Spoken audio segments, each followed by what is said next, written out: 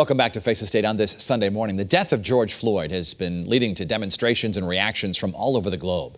With us now to talk about his view of what happened in the aftermath is Doug Glanville. He's an author, a columnist, broadcaster, and former Major League Baseball player.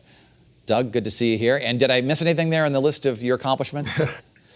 Well, vice principal of a homeschool and teacher who really should have fired himself after this homeschool experience. But yeah, just day to day. I should have been fired as well. And you're my former neighbor as well, so I need to mention that as well. So, Doug, first of all, I want to ask you, do we know about the case you were subject of a racial profiling incident a few years back as an adult? But I wanted to ask, and I've asked this of other of our guests here, growing up as a man of color, did you ever experience any altercations with the police that were uncomfortable or difficult?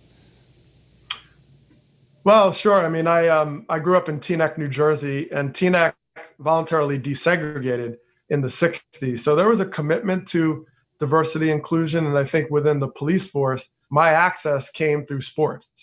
And for example, volunteer coaches in the summer leagues. And a lot of my teammates ended up going into law enforcement. And my father, who worked as a psychiatrist, treated some of these officers. I understood the stress they were under. So that kind of led to a certain kind of intimacy with law enforcement. So when I did have any experiences, I framed it through a positive history that I was fortunate to have.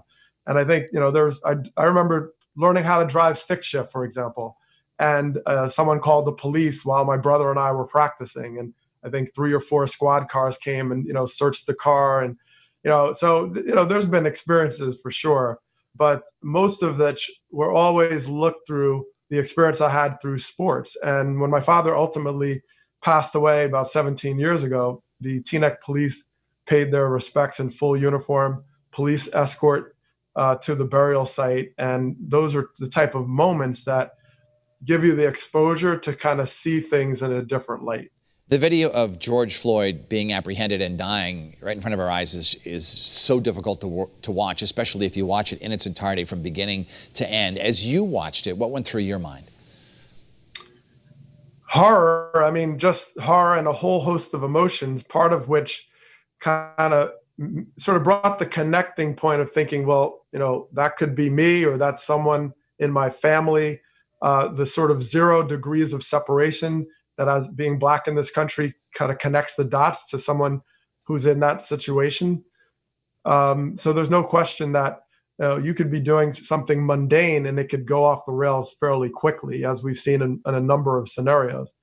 So the connectivity can be something that empowers you because you feel that you're connected to something larger, and there's a family, a familiar relationship where you see yourself as one.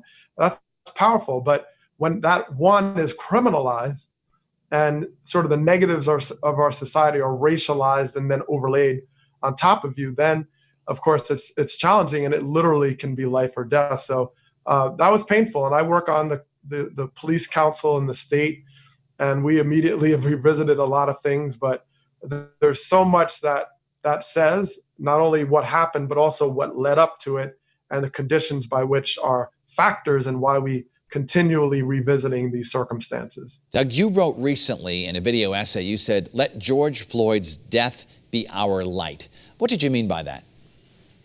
Well, the opportunity, this is a loss of life, but it's also an opportunity that we can finally, sort of take the next step on a lot of the discussions we've already had a number of times around the death of a Black male in this particular case, but at the hands of police, or whether just in general vigilante society, standing ground. So there's an opportunity that we can seize by looking at what led to these points. It's not very simple as, it's a law enforcement issue.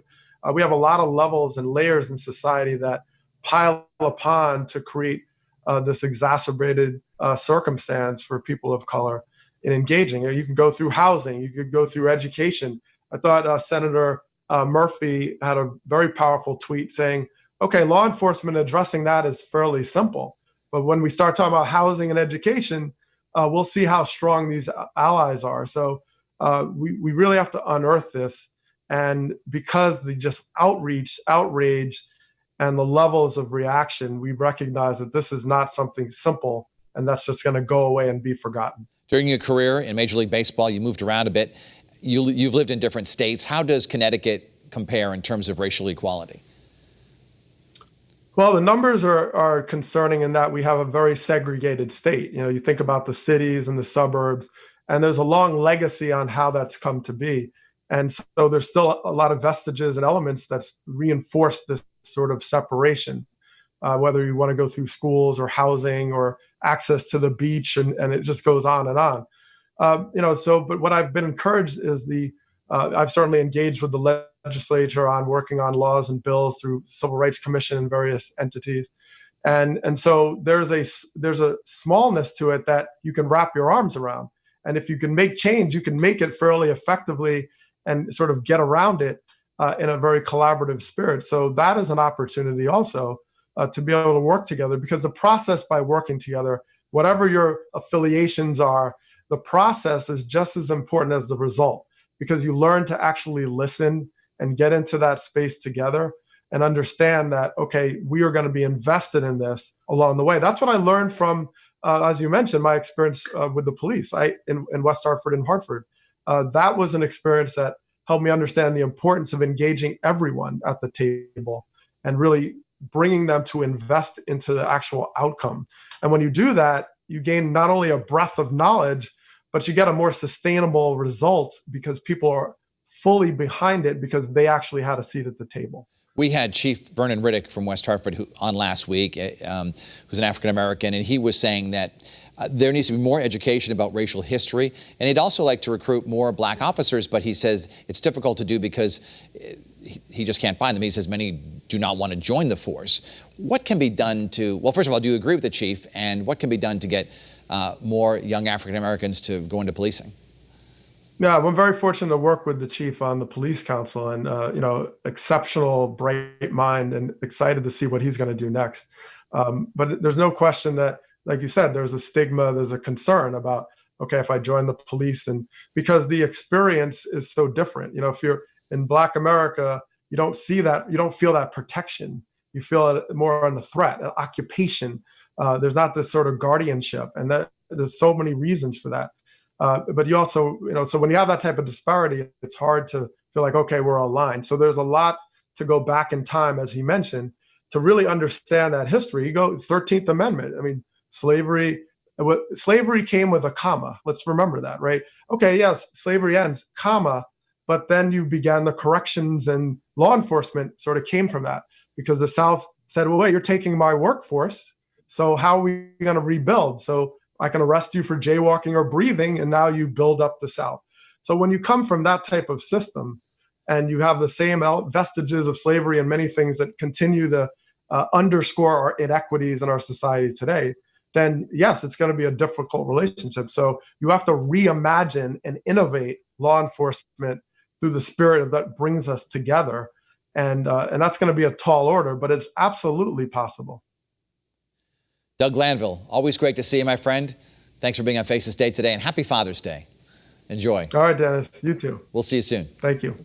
When we come back, the debate over Christopher Columbus. And I welcome your comments about today's program on social media. You can find me on Facebook, Twitter, and Instagram.